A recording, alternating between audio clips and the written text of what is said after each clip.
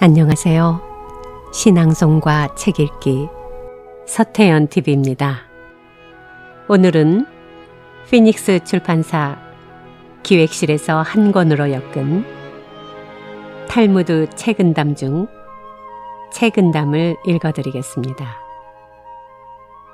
탈무드의 지은이는 마빈 토케이어, 책은담의 지은이는 홍자성입니다. 지은이 홍자성에 대하여. 홍자성은 중국의 명나라 사람이다. 그는 모든 사람들에게 세상을 살아가는 이치와 삶의 지혜를 전해주고자 했다.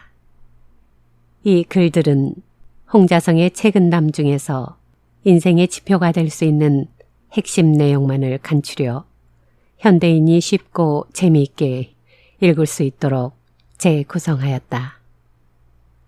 이 책은 21세기를 살아가는 젊은이들이 힘들고 어려운 일에 봉착했을 때 스스로 헤쳐나갈 수 있는 용기와 지혜를 가르쳐준다. 또한 인생을 어떻게 살아가야 할 것인가, 행복은 어떻게 만들어가는가에 대한 해답을 찾을 수 있으며 마음의 여유를 가지고 삶을 즐길 수 있는 방법을 제시하고 있다.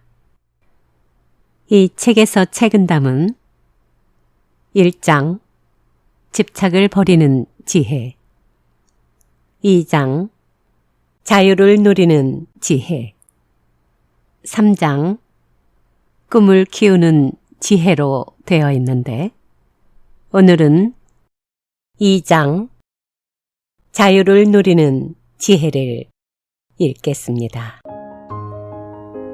달팽이의 뿔에서 사운드, 그 세계가 얼마나 크겠는가. 부싯돌의 불빛 속에서 길고 짧음을 다룬들, 그 세월이 얼마나 되며 달팽이 뿌리에서 자웅을 겨룬들, 그 세계가 얼마나 크겠는가. 위나라 해왕이 제나라 위왕에게 자객을 보내 죽이려 하자 공소년이 그러한 편법을 쓰지 말고 정정당당하게 군사를 일으킬 것을 왕에게 권했다. 그러나 계자는 무력을 쓰는 것은 백성들의 고통이 너무 크다는 이유로 그것을 반대하고 나섰다. 둘의 의견이 분분해지자 재상 해시와 화자는 대진인이라는 사람을 왕에게 천거하여 그 사람의 말을 들어보기로 했다. 대진인은 해왕 앞으로 나와 이렇게 물었다. 왕께서는 달팽이를 알고 계시겠지요? 해왕이 무표정하게 대답했다. 당연히 알고 있지. 해왕의 대답에 대진인이 말했다.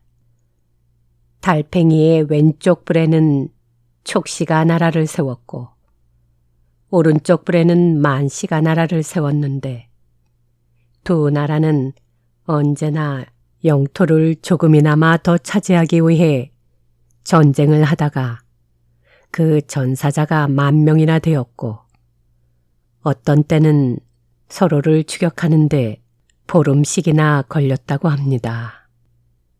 대진인의 말을 들은 해왕은 어이가 없다는 듯 되물었다. 아니, 무슨 그런 황당무계한 거짓말을 하는가? 대진인이 공손하게 대답했다. 제 말은 결코 거짓이 아닙니다. 만약 왕께서 우주를 마음대로 날아다니시며 땅에 있는 나라들을 보시면 아무리 큰 나라일지라도 그 형체가 보일 듯 말 듯 할 것입니다. 해왕이 고개를 끄덕이며 긍정의 뜻을 표했다. 그야 당연히 그렇겠지.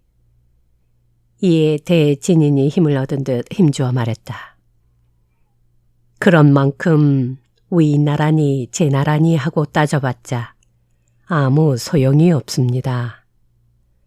그 속에 위나라가 있고 양이라는 도성 안에 왕께서 지금 살고 계십니다. 광대한 우주에서 보자면 우리나라나 제 나라가 서로 전쟁을 하는 것이나 달팽이 뿔 위에 촉시나라와 만시나라가 영토 싸움을 벌이는 것이 과연 다를 게 무엇이 있겠습니까? 대진인의 말에 해왕은 아무런 대답도 하지 못한 채 망연자실 넋을 잃고 있다가 대진인이 물러가자 그제야 정신을 차리고 대진인의 인격과 성인다움을 칭찬했다.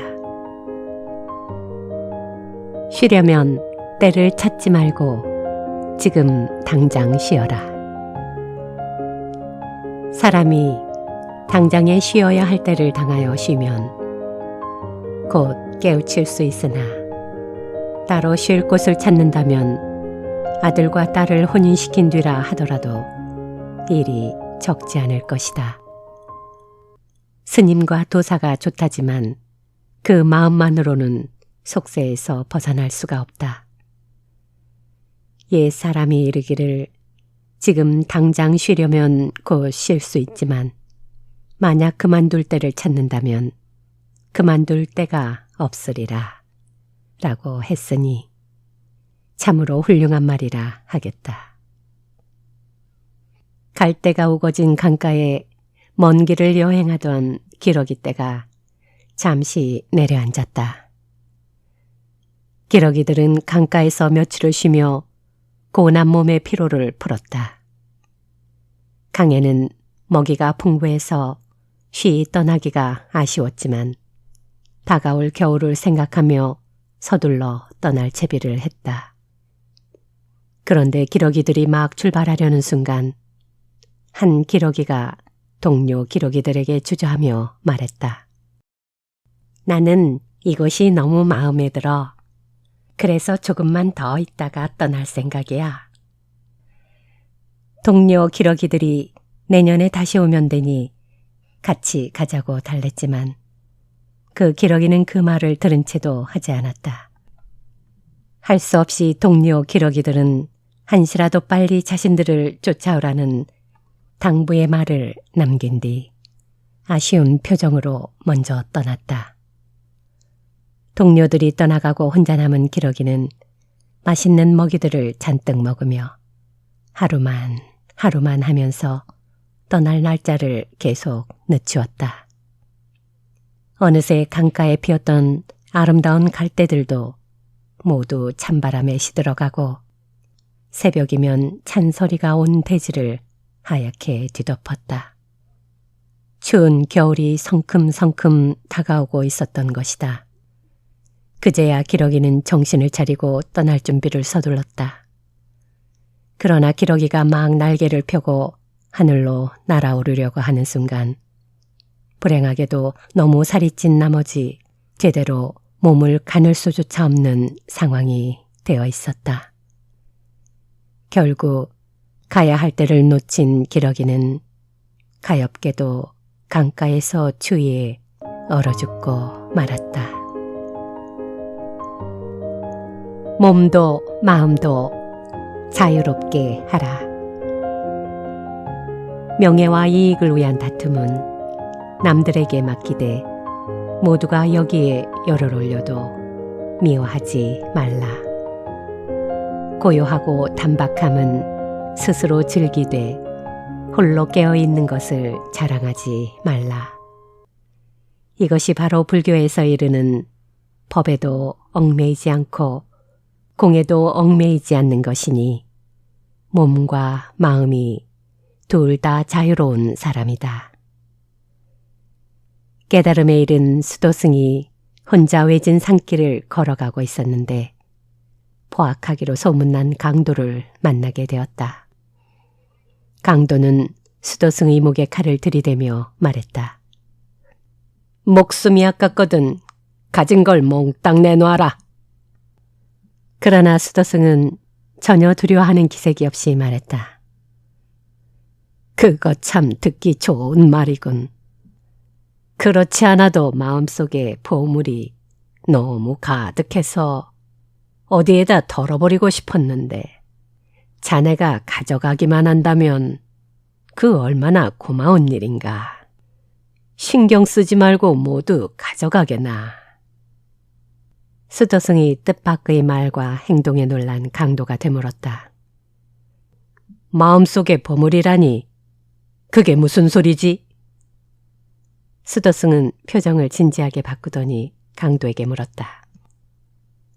마음속의 보물이 무엇인지 알고 싶은가? 그렇다면 먼저 나의 질문에 대답을 해주게. 그러면 나도 자네의 질문에 대답을 해주지. 강도는 수도승을 경계하는 눈초리로 쳐다보며 대답했다. 좋아. 궁금한 게 뭔가? 수도승은 강도를 똑바로 쳐다보며 말했다. 자네가 이런 짓을 하는 이유가 뭔가? 수도승의 물음에 강도는 우습다는 표정으로 대꾸했다. 그 대답은 아주 간단하다. 바로 식구들 때문이지. 늙은 어머니와 아내, 내 자식들 때문이지. 난 단지 그들을 먹여 살리기 위해 나쁜 줄은 알면서도 어쩔 수 없이 하는 것이지. 강도의 대답에 수도승이 재차 물었다. 그럼 한 가지만 더 묻지. 만약 자네가 저지르는 이 악행의 업보를 식구들 중 자네 대신 받을 사람이 있겠는가? 강도는 잠시 생각하더니 대답했다. 식구들은 당연히 나를 대신해서 그 업보를 받을 것이다. 왜냐하면 같이 먹고 살기 위해 내가 이런 짓을 하는 것이니까. 그러면서도 강도는 뭔가 미심쩍은 듯 말끝을 흐렸다. 그 때를 놓치지 않고 수도승이 한 가지 제안을 했다. 좋아. 그렇다면 나와 내게 할까? 나를 나무에 묶어놓고 집으로 돌아가 식구들에게 죽은 다음 자네가 진 업보를 대신 받아줄 사람이 있느냐고 어디 한번 물어보게나. 만약 그런 사람이 있다면 마음속의 보물뿐만 아니라 내가 가진 황금까지도 모두 자네에게 순순히 내어주겠네. 그 말을 들은 강도는 곧장 수도승을 묶어놓고 집으로 향했다. 집으로 돌아온 강도는 제일 먼저 아내에게 물었다. 여보, 당신은 내가 이승에서 지은 업보를 대신 받아줄 수 있겠지. 뜻밖에도 그 말을 들은 아내는 이렇게 반문했다. 나는 당신이 저지른 잘못에 대해서 아무런 책임이 없어요. 그런데 왜 당신의 업보를 제가 대신 받아야 하는 거예요? 아내의 말을 들은 강도는 이번에는 어머니에게로 갔다. 심하게 생각하자면 아내와는 피 한 방울 안 섞인 남남이니까 그럴 수도 있다고 치고 그래도 자신을 낳아 기른 어머니만은 다를 것이라고 생각했다. 그렇지만 어머니의 대답은 강도를 더 큰 슬픔 속으로 빠뜨렸다. 무슨 말이냐? 내가 너의 업보를 대신 받다니. 너를 낳아 기른 것만으로도 부족해서 이제는 업보까지 대신 받아달라는 거냐? 이런 불효막심한 녀석. 강도는 비로소 깨달았다. 세상 어느 누구도 자신이 지은 죄의 업보를 대신 받아줄 수 없으며 결국 자신이 저지른 일에 대한 책임은 오로지 자신만이 질 뿐이었다. 강도는 힘없이 수도승에게 돌아와 무릎을 꿇었다. 이제 모든 것을 알겠습니다. 당신의 말처럼 식구들은 내가 지은 업보를 저 혼자의 책임이라고 몰아붙였습니다. 당신이 가지고 계신 마음의 보물이 무엇인지 이제부터 제게 가르쳐 주십시오. 수도승은 강도의 축 늘어진 어깨를 붙잡아 일으켰다. 그리고 강도를 데리고 길고 험한 수행의 길을 정처 없이 떠났다. 마음속에는 천국과 지옥이 공존한다. 길고 짧은 것은 생각에서 일어나고 넓고 좁은 것은 한치 마음에 달려있다. 그러므로 마음이 한가로운 자는 하루가 천고보다 멀고 뜻이 넓은 자는 한 칸 방이 천지간만큼 넓다. 날씨에 몹시 민감한 어떤 사람이 있었다. 그는 겨울이면 겨울 내내 감기에 걸려 고생을 했고 여름이면 더위에 지쳐 제대로 밖을 나다닐 수도 없었다. 그렇게 고생을 하던 그가 하루는 명의를 찾아가 상담을 했다. 더위와 추위를 피할 수 있는 약은 없습니까? 명의가 대답했다. 세상에 그런 약은 존재하지 않소. 그가 안타까운 듯 물었다. 그렇다면 더위와 추위를 피할 수 있는 방법은 없습니까? 명의가 아무렇지도 않게 대답했다. 그야 덥지도 춥지도 않은 곳으로 가면 될 게 아니오. 그 말을 들은 그는 회색이 만연하여 얼른 되물었다. 이 세상에 그런 곳이 있습니까? 그곳이 어디입니까? 명의가 짐짓 딴청을 피우며 대답했다. 멀리 갈 필요는 없어. 그것은 바로 당신의 마음속이니까. 날씨가 더우면 당신 스스로가 더위가 되어 견디고 반대로 날씨가 추우면 당신 스스로가 추위가 되어 살면 되는 것이요. 현실에 만족하면 그 사람이 신선이다. 눈앞의 모든 일에 만족할 줄 알면 그것이 바로 선경이나 만족할 줄 모르면 속세이다.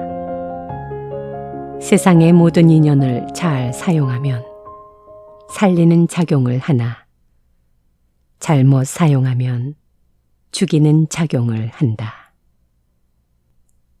저녁 식사를 끝낸 후 가족들이 거실에 앉아 도란도란 담소를 나누며 그날 하루 있었던 일을 얘기하고 있을 때 아내가 과일을 바구니에 담아 내왔다.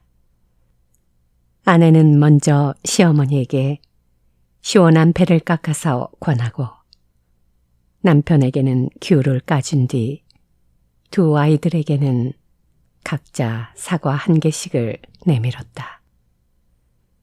그런데 그 모습을 가만히 지켜보고 있던 시어머니가 아이들에게 한 개씩 나눠준 사과를 도로 집어오더니 두 개 중 한 개는 바구니에 내려놓고 남은 한 개를 반반씩 나눠 아이들의 손에 쥐어주었다.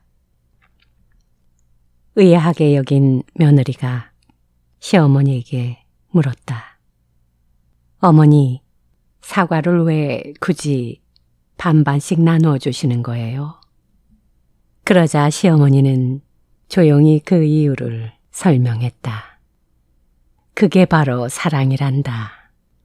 하나를 나누어 둘이 가지는 것, 각기 다른 둘이 모여 하나를 이루는 것, 너희를 보렴.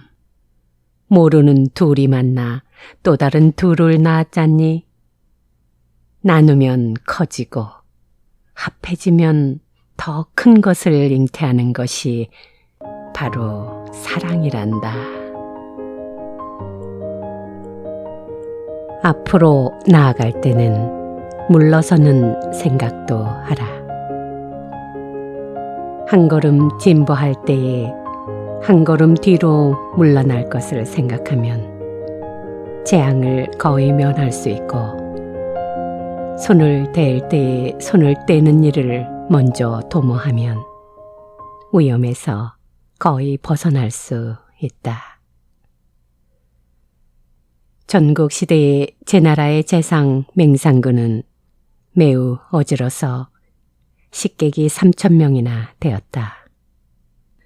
그중 지혜가 뛰어난 풍안이라는 사람은 맹상군을 위해서는 목숨까지 바칠 정도로 신의 일을 가지고 있었다. 한때 맹상군은 그에게 서울지방의 백성들한테 가서 빚을 받아오라고 시켰다.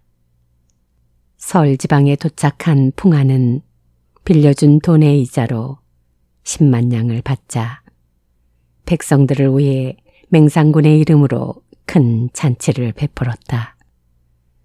그리고 돈을 갚을 능력이 못 되는 사람에게는 기한을 느렸고 매우 가난한 사람의 빚은 아예 탕감해 주었다.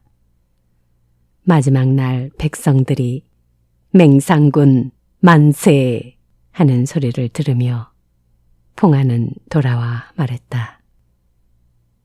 서울지방에 가서 빈 문서를 없애주는 대신 의를 사왔나이다. 맹상군은 어이가 없었으나 그를 나무라지 않았다.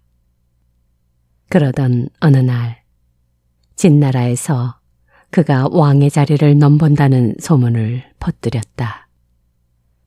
이 일로 왕의 노여움을 산 맹상군은 재상의 자리에서 쫓겨나고 3,000명의 식객은 발길을 끊고 떠나버렸다. 그러자 풍안이 맹상군에게 서울지방으로 가자고 했다. 풍안의 설득에 이끌려 맹상군이 서울지방에 도착하자 백성들은 매우 기뻐하며 환영해 주었다. 풍 선생, 그때 의의를 샀다는 말의 의미를 이제야 알 것 같소. 약은 토끼에겐 굴이 셋이라 안심할 수 있으나 군께서는 굴이 하나밖에 없는지라 하나를 더 만들었던 것이지요. 그 후로 풍안은 진나라에 가서 맹상군이 쫓겨났음을 알리고 예물을 이용해 부르기를 권했다. 그리고 귀국하여 제나라 왕께 나아가 진나라에서 유언비어를 퍼뜨리고 맹상군을 데려가려 하니 빼앗기지 말고 다시 부르도록 간했다. 진나라의 의중을 알아차린 왕은 맹상군을 복직시켰다. 풍안이 말했다. 이제 군께서도 새 굴을 가지셨으니 마음 놓고 주무실 수 있습니다. 스스로 깨우친 선비는 시끄러움과 고요함이 따로 없다. 고요함을 즐기는 자는 흰 구름과 그윽한 바위를 보고 현묘한 이치를 깨우치고 영화를 쫓는 자는 맑은 노래와 묘한 춤을 보고 권태를 잇는다. 오로지 스스로 깨우친 선비만이 시끄러움과 고요함이 따로 없고 번영과 쇠퇴함도 없으니 가는 곳마다 마음 맞지 않는 세상이 없다. 정신없이 매우 바쁘게 살아가는 한 남자가 있었다. 하루 종일 약속이 되어 있고 일 또한 밀릴 정도로 쌓여 있었다. 그런 날들이 계속 이어지자 그는 자신의 생활에 실증을 느꼈고 그러다 보니 집에서 하는 일 없이 빈둥거리는 사람을 부러워하게 되었다. 그런 어느 날 사무실에서 바쁘게 일을 하다 잠깐 의자에 기대어 휴식을 취하다 그만 잠에 빠져 꿈을 꾸게 되었다. 여전히 그가 일하는 사무실인데 서류 하나 없이 깨끗하기만 했다. 정적 속에서 편안함이 느껴졌고 이것이 바로 천국이라는 생각이 들었다. 행복이 따로 없구나. 그런데 문득 내가 지금 무엇을 하고 있는 거지? 라는 의문이 들었다. 그때 자신에게 매일 처리할 서류를 가져다 주던 비서가 그를 보고도 그냥 스쳐 지나가는 것이 보였다. 그는 이상해서 비서를 불러 세웠다. 자네 왜 오늘은 일거리를 주지 않지? 그리고 여긴 도대체 어딘가? 비서가 말했다. 아직 모르셨어요? 여기는 바로 지옥이라는 곳입니다. 지극히 어려운 것은 지극히 쉬운 데서 나온다. 선종에서 이르기를 배고프면 밥 먹고 고운하면 잠잔다 라고 했고, 시지에서 이르기를 눈앞의 경치요 평범한 말이다 라고 했다.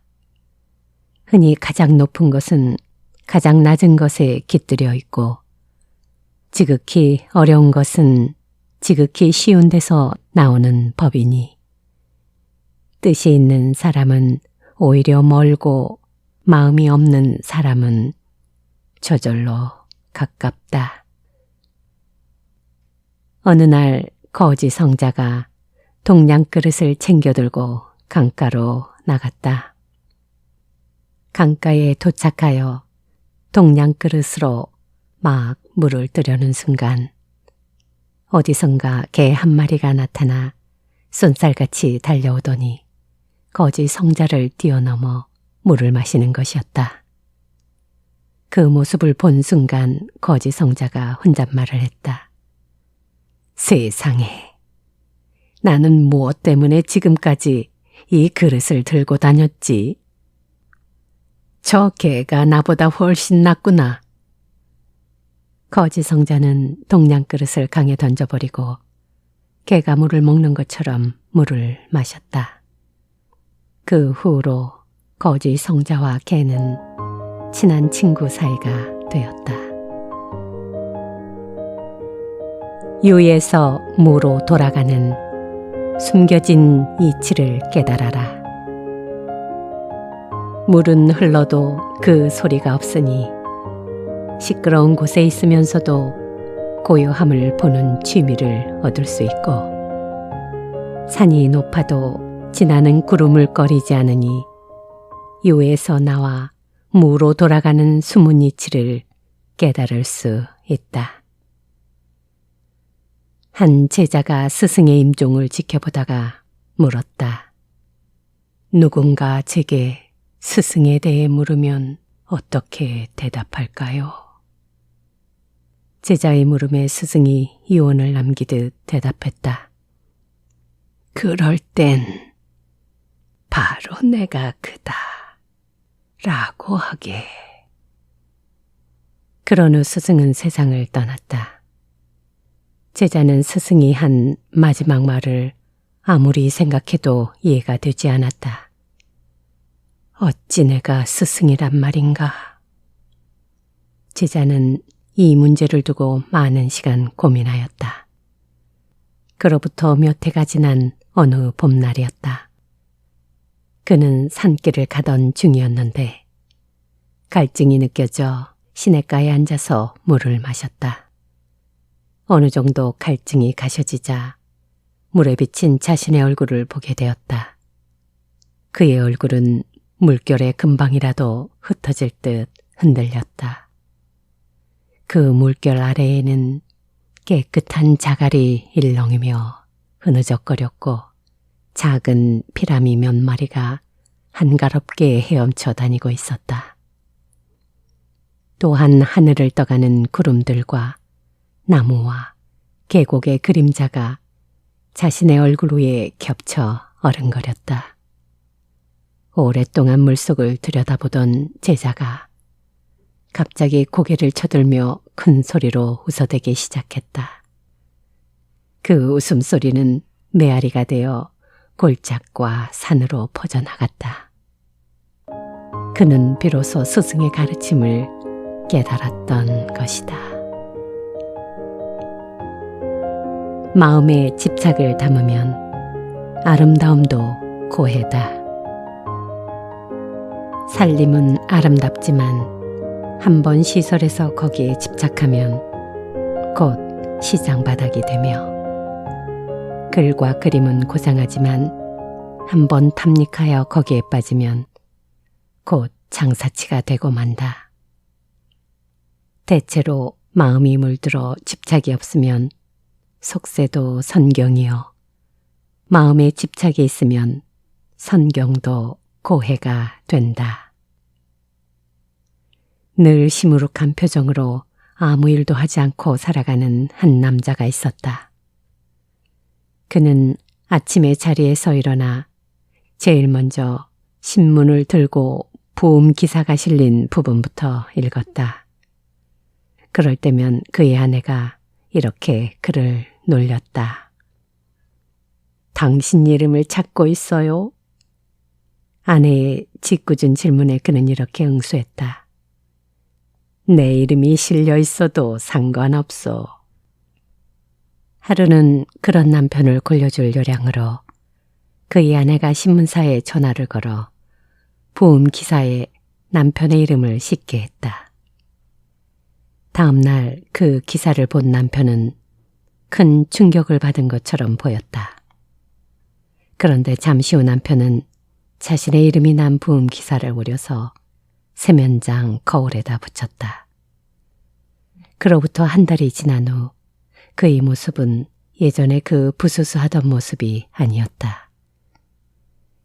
매일 집에서만 지내던 백수 생활을 때려치우고 회사에 취직을 했고 언제나 활기차고 밝게 생활했다.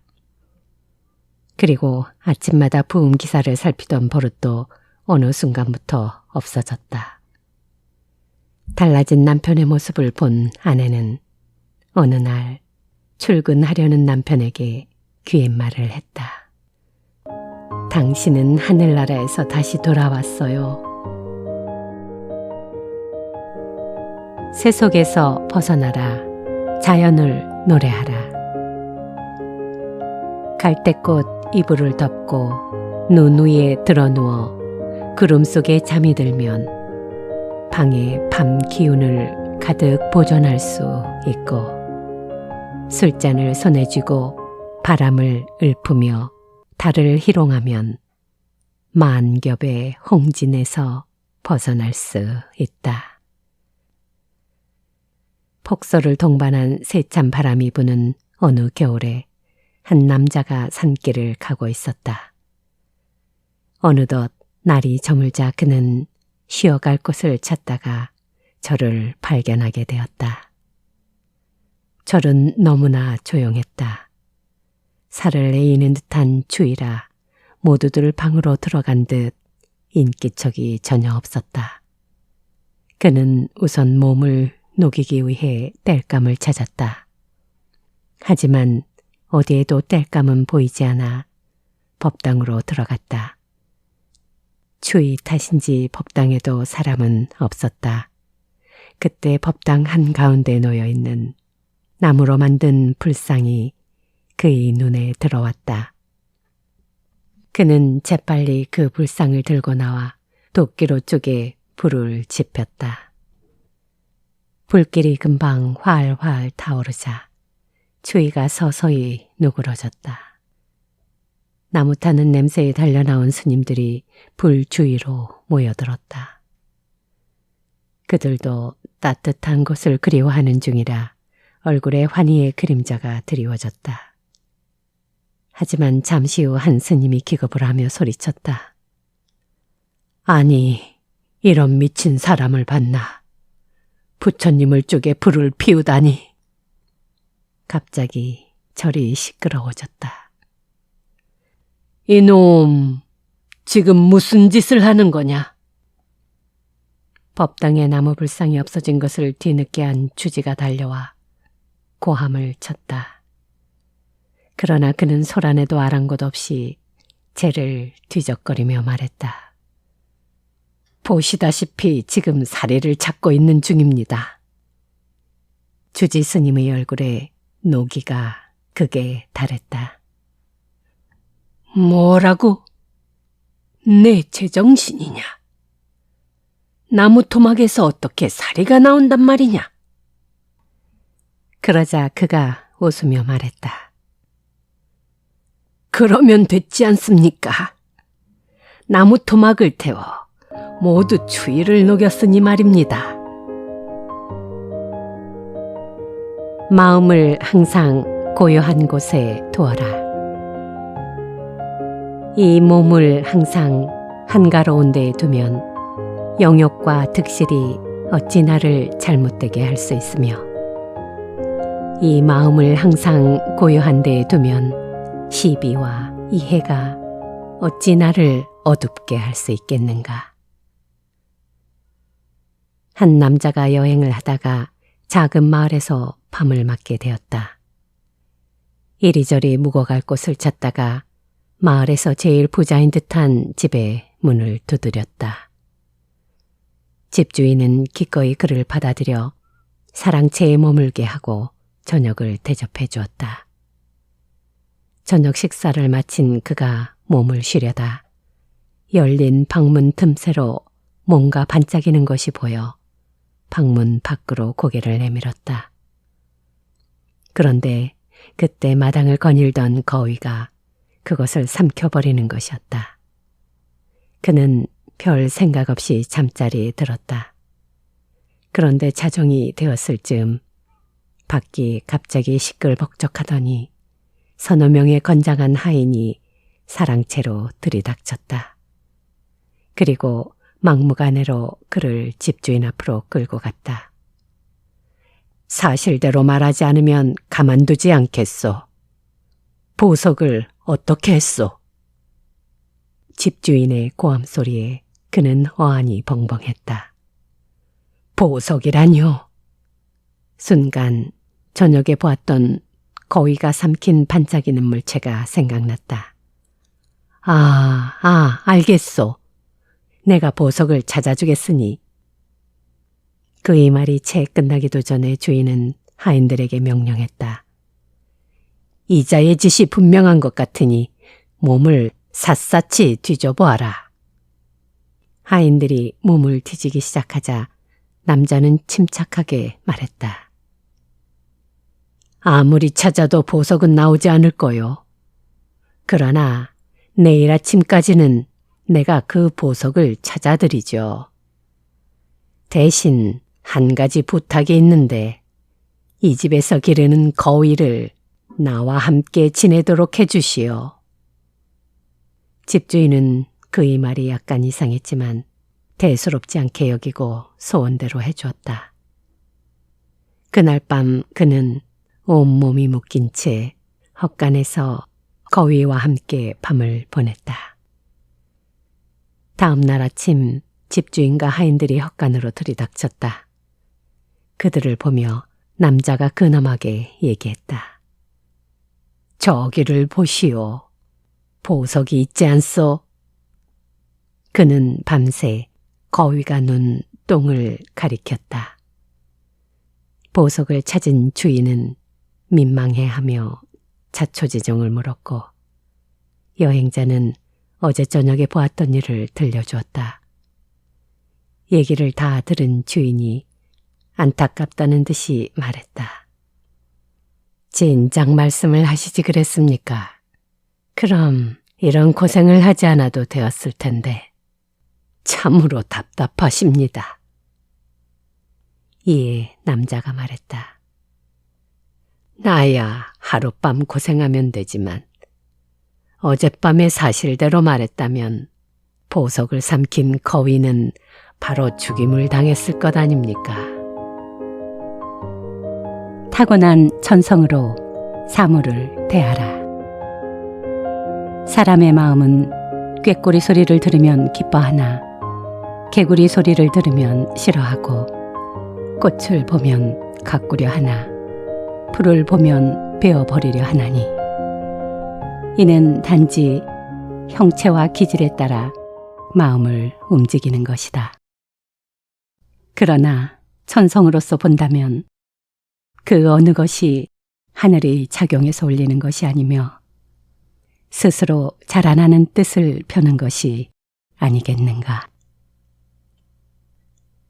아주 잘생긴 젊은 청년을 짝사랑하게 된 족제비가 사랑의 여신 아프로디테를 찾아가 자신을 아름다운 여인으로 만들어달라고 애원했다. 아프로디테는 족제비의 갸륵한 정성과 진실한 사랑에 감복해 족제비를 우아한 여인으로 변신시켜 주었다. 변신한 족제비는 용기를 내어 청년 앞에 다가갔다. 청년은 자신 앞에 선 아름다운 여인을 보자 한눈에 반해 청혼을 했다. 드디어 결혼식을 올린 두 사람은 꿈에도 그리던 첫날 밤을 맞이하게 되었다. 둘은 신혼방에서 뜨거운 눈길로 서로를 바라보며 사랑을 확인하듯 긴 입맞춤을 나누었다. 그 모습을 멀리서 지켜보던 아프로디테는 족제비가 정말 마음과 성질까지 완전하게 변했는지 알고 싶어서 쥐 한 마리를 방에 들여보냈다. 그런데 쥐를 발견한 족제비는 갑자기 침대에서 뛰어내리더니 자신이 사람으로 변했다는 생각을 까마득히 잊은 채 미친 듯이 쥐를 쫓기 시작했다. 이 모습을 지켜본 아프로디테는 한숨을 쉬며 족제비를 다시 이전의 상태로 되돌려 놓았다. 마음이 비어있으면 귀는 관심이 있는 곳으로 열린다. 마음속에 욕심이 가득 차 있는 자는 서늘한 연못에서 물결이 끓어오르는 듯하여 살림 속에 있어도 고요를 느낄 수 없고, 마음이 텅 비어있는 자는 무더위 속에서도 서늘한 기운이 생기는 듯하여 저작거리에서도 시끄러운 줄 모른다. 시골에 살고 있던 한 청년이 펜팔로 사귀게 된 친구의 초대로 도시에 오게 되었다. 도시는 가는 곳마다 사람들로 복적거렸고 거리는 많은 차들이 경적 소리로 매우 시끄러웠다. 여기저기 구경하며 돌아다니던 시골 청년이 갑자기 걸음을 멈추더니 말했다. 잠깐, 어디선가 귀뚜라미 소리가 들리네. 뭐 귀뚜라미 소리라고? 나는 안 들리는데. 도시 친구는 시골 친구의 말에 귀를 기울여 봤지만 역시 들리는 소리는 도시의 소음뿐이었다. 그러자 시골 친구는 빌딩 사이에서 자라고 있는 넝쿨나무 아래로 걸어갔다. 그가 넝쿨잎을 들추자 그곳에서 귀뚜라미가 울고 있었다. 넌 시골에서 살아서인지 나보다 귀가 밝구나. 도시 친구의 말에 시골 친구는 고개를 저었다. 아니, 그렇지 않아. 내가 그걸 증명해 볼게. 시골 친구는 호주머니에서 500원짜리 동전 하나를 꺼내 거리 위로 던졌다. 쨍그랑 동전이 떨어지며 소리를 내자 거리를 걷고 있던 사람들이 걸음을 멈추더니 주위를 둘러보기 시작했다. 잠시 후 그중 한 사람이 동전을 줍더니 재빨리 가던 길로 향했다. 이런 광경을 말없이 지켜보던 시골 친구가 조용히 말했다. 자네도 봤지? 동전 떨어지는 소리가 귀뚜라미 소리보다 크지도 않은데 많은 사람들이 그 소리를 듣고 멈추었잖아. 하지만 귀뚜라미 소리는 나 외엔 아무도 듣지 못했어. 그것은 내 귀가 그들보다 밝아서가 아니라 관심사가 서로 달랐기 때문이야. 관심이 있으면 귀는 자연스럽게 열리게 되는 거지. 한 권의 책이 큰 세계를 구현한다. 새벽 창가에서 주역을 읽다가 솔숲 이슬로 붉은 떡을 갈아 점을 찍고 한낮 책상에 앉아 불경을 논하다가 아름다운 풍경 소리를 대숲 바람에 실어 보낸다. 수도승이 깨달음을 얻기 위해 숲속에 들어갔다. 수도승은 자연과 더불어 살며 참된 진리를 깨쳐 기쁨의 나날을 보냈다. 그러던 어느 날 친구가 찾아와 그에게 책 한 권을 선물했다. 다음 날 친구가 돌아가자 수도승은 선물 받은 책이 생각나 한쪽에 두었던 책을 들어 펼치려다 그만 깜짝 놀라고 말았다. 밤새 쥐들이 책을 갉아먹어 한쪽이 움푹 패여 있었던 것이다. 화가 난 그는 생각 끝에 고양이를 키우기로 했다. 그런데 고양이를 키우다 보니 문제가 생겼다. 바로 우유가 필요했던 것이다. 그래서 수도승은 이번엔 암소를 사기로 했다. 그는 곧 마을로 내려가 암소를 사왔다. 문제는 거기서 끝나지 않았다. 고양이와 암소를 돌보다 보니 너무 바빠서 제대로 수도에 정진할 수가 없었다. 또다시 고민에 빠진 그는 생각 끝에 여자를 구하기로 결정했다. 그는 그렇게 숲속에서 3년을 지내는 동안 아내와 두 아기를 거느린 가장이 되어 있었고 고양이와 암소 등 생활에 필요한 많은 것들이 늘어나 있었다. 또한 그와 비례하여 걱정도 많아졌다. 그러다 보니 종종 혼자 살 때가 그리워졌다. 어느 날 그는 문득 지난 3년의 세월을 뒤돌아보게 되었다. 자신은 지금 깨달음은커녕 가족의 안위만을 걱정하고 있음을 알게 되었다. 그는 자신이 왜 이렇게 변했는지를 깊이 생각해 보았다. 결국 친구가 가져다 준 한 권의 책이 이토록 큰 세계를 구현했음에 놀라고 말았다. 내가 생각한 그 일은 오직 너만 할 수 있다. 세상 사람들이 나란 글자를 너무 참된 것으로 알기 때문에 갖가지 기호와 번뇌가 생겨난다. 옛 사람이 말하기를 내가 있는 것도 알지 못하는데 어찌 사물의 귀한 것을 알겠는가 하고 또 이르기를 이 몸이 내가 아닌 줄을 안다면 어찌 번뇌가 다시 침범하겠는가 하였으니 참으로 맞는 말이다. 작은 오두막집 지붕 위에 둥근 박이 열렸다.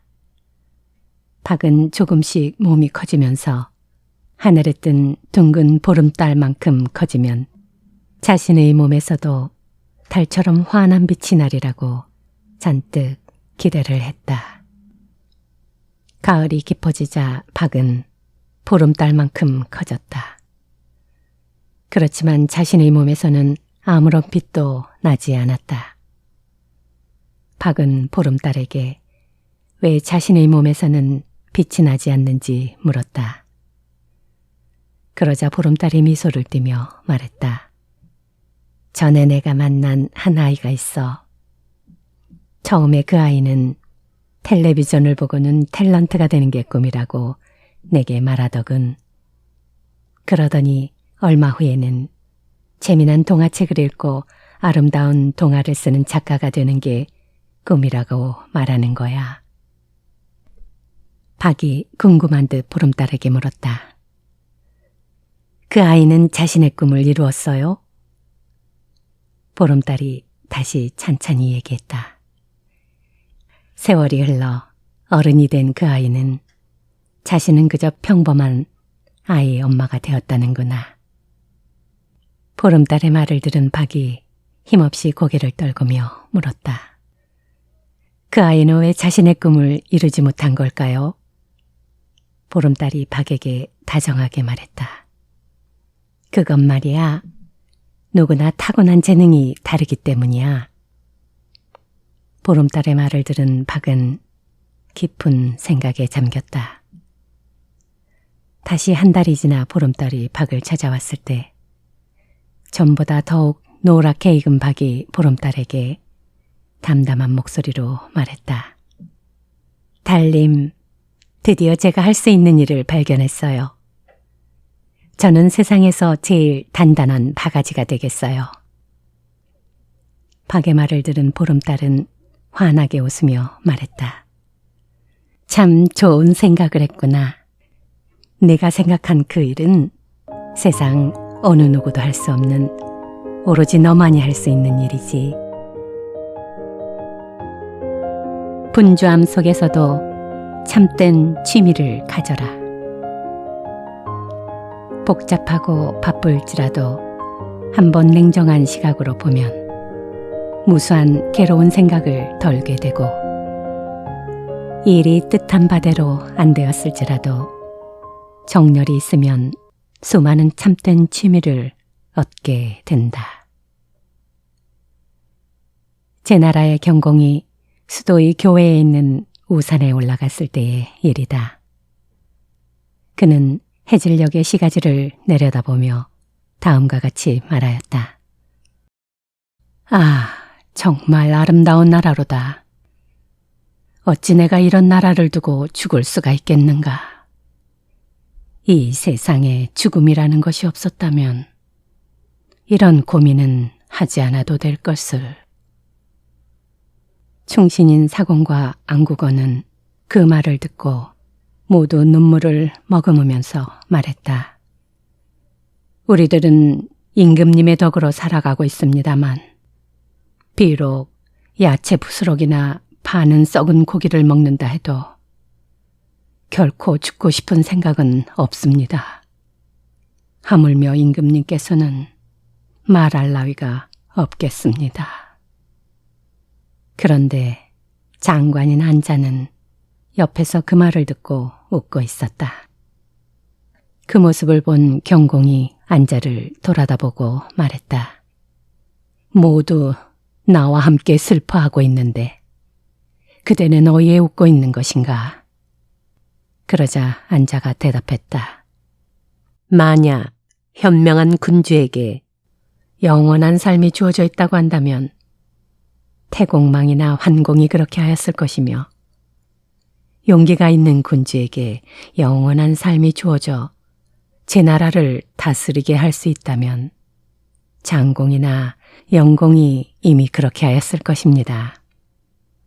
그렇게 되면 우리 임금이 왕위에 오르게 되는 일은 없었을 것입니다. 다시 말해 서로 갈아가면서 벼슬에 오르고 또 떠났기 때문에 우리 경공께서도 왕위에 오르신 것입니다. 그럼에도 임금께서 죽음을 두려워하신다면 그것은 너무 자기 본의입니다. 저는 본위의 임금이나 그의 아첨하는 신하의 두 경우를 지금 보았습니다. 이것이 제가 혼자 웃는 까닭입니다. 죽는다는 것은 계절의 순환과 같다. 이루어진 것이 언젠가는 반드시 무너진다는 것을 알면 이루려고 애쓰는 마음이 굳어 지나치게 견고하지 않을 것이고 살아있는 것이 언젠가는 반드시 죽을 것을 알면 삶을 보존하는 일에 굳이 지나치게 힘을 쓰지는 않을 것이다. 한 사람이 친구의 부인이 세상을 떠났다는 전가를 받고 조문을 갔다. 그런데 친구는 부인의 죽음을 슬퍼하기는커녕 벽에 기대 앉아서 검은고를 뜯으며 노래를 부르고 있는 것이 아닌가. 그는 너무나 어이가 없어서 친구에게 말했다.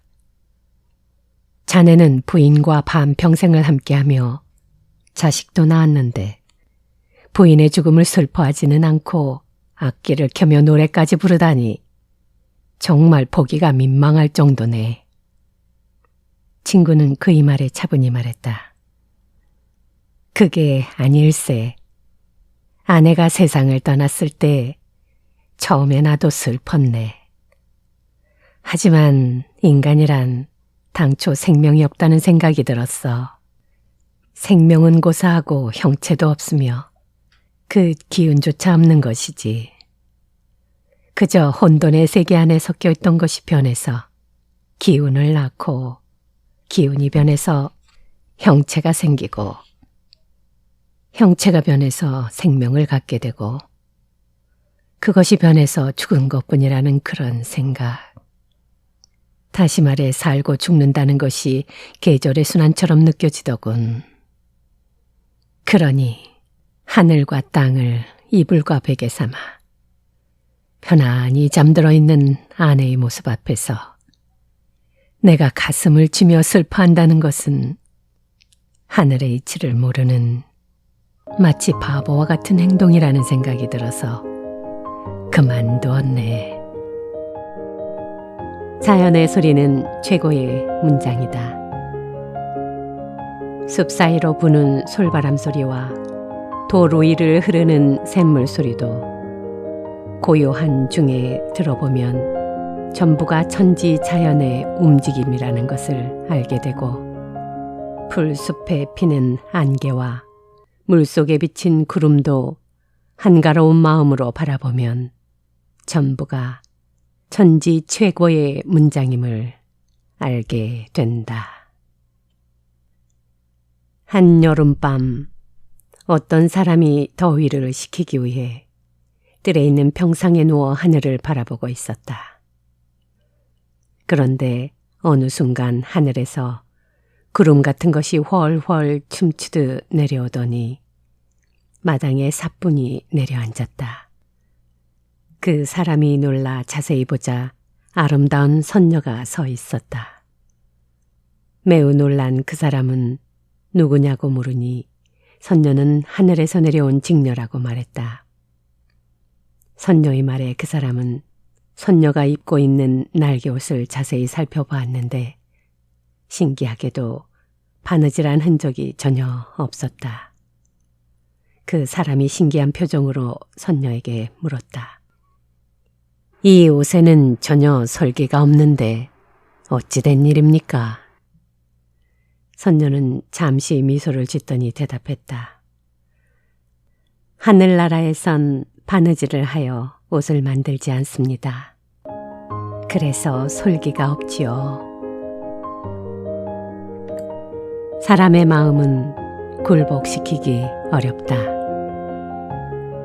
서진의 황폐함을 눈으로 보면서도 도리어 칼날을 뽐내고 복망산의 여우와 토끼에게 맡겨질 몸임을 알면서도 오히려 황금을 아낀다. 옛말에 이르기를 사나운 짐승을 길들이기는 쉬워도 사람의 마음은 굴복시키기가 어렵고 골짜기를 메우기는 쉬워도 사람의 마음은 만족시키기가 어렵다 라고 했으니 과연 옳은 말이다. 한 신하가 왕에게 뛰어난 미모의 여인을 소개해 주었다. 왕은 그 여인을 보자마자 반해 후궁으로 맞이했다. 왕비는 왕이 그 여인을 애지중지한다는 사실을 알면서도 질투는커녕 오히려 왕의 취향에 맞게 후궁을 치장해 주었다. 게다가 후궁이 기거하는 침실도 왕의 취향에 맞게 꾸며주기까지 했다. 후궁은 왕비의 지나친 친절에 처음에는 경계하는 마음을 가졌으나 시간이 지나면서 차츰 왕비를 믿게 되었다. 왕 또한 후궁을 따스하게 대해주는 왕비를 신뢰하며 칭찬해 주었다. 내가 후궁을 좋아하는 것을 알면서도 그녀를 잘 대해주는 것은 어버이를 섬기는 효자의 마음이요 임금을 섬기는 충신의 마음이로다. 왕비는 왕이 자신을 신뢰하고 있음을 확신하자 어느 날 후궁에게 말했다. 왕은 당신의 아름다움에 반해 있어요. 그러나 당신의 코는 싫어하는 것 같으니 왕을 뵐 때는 꼭 손으로 코를 가리도록 하세요. 그 이후로 후궁은 왕을 뵐 적마다 살며시 코를 가렸다. 그 행동을 이상하게 여긴 왕이 왕비에게 물었다. 그녀가 나를 만날 때마다 코를 가리는구려. 어찌된 영문인지 모르겠소. 왕비는 매우 난처하다는 듯이 말했다. 그 이유를 알고 있지만 말씀드리기가. 그러니 더욱 궁금해지는구려. 걱정 말고 얘기해 보시오. 그 행동은 당신의 냄새를 맡기 싫어서랍니다. 왕비의 말에 몹시 화가 난 왕이 소리쳤다. 뭐라고? 내 그처럼 아껴주었거늘 몹쓸 것이로다. 당장 그 코를 잘라버려야겠다. 왜 분하비는 촛불에 몸을 던지는가? 영욕에 놀라지 않으니 한가로이 뜰 앞에 피고 지는 꽃을 바라보고 가고 머무는 데 뜻이 없으니 무심히 하늘가 뭉치고 흩어지는 구름을 바라본다. 맑은 하늘, 밝은 달 아래 날지 못할 것이 있겠는가마는 분하비는 유독 촛불에 몸을 던지고 맑은 샘, 푸른 풀잎 먹지 못할 것이 무엇이 있겠는가마는 올빼미는 굳이 썩은 쥐를 먹는다. 아, 이 세상에 분하비와 올빼미가 아닌 사람이 몇이나 될까? 양나라의 도계는 학문도 깊지만 충직하고 총명하여 고조의 신임을 받았다. 도계의 아들 경은 일찍 세상을 떠났으나 손자 신은 총명해서 그 또한 왕의 총애를 받았다. 어느 날 신이 지은 시를 읽게 된 임금은 너무나 훌륭하다고 생각해 그것을 도계에게 보이며 물었다. 그대 손자 시는 매우 뛰어나다. 그대의 문장도 신의 손을 빌렸는가? 왕은 앞으로 시문에 힘쓰기보다는 손자로 하여금 문장을 대물림하도록 이르고 도계에게 쉬도록 권했다. 그러면서 시 한 수를 지어 하사했다. 벼루에 먹을 갈아 글을 전하고 붓을 날려 편지를 쓰지만 나방이 날아 불에 뛰어들면 몸이 타는 걸 어찌 막으리. 늙음하겐 꼭 그런 일이 꼭 생길 터. 이젠 손자에게나 물려줘야지. 지금까지 인생 철학서이자 처세서로 세상을 살아가는 동양 고전의 백미라고 일컬어지는 책은담. 또한 인생의 교훈과 처세를 전하는 책으로 동양적 인간학의 정수라 할 수 있는 책은담을 읽어드렸습니다. 그럼 오늘은 여기서 마치기로 하고 다음 시간에 다시 찾아뵙겠습니다.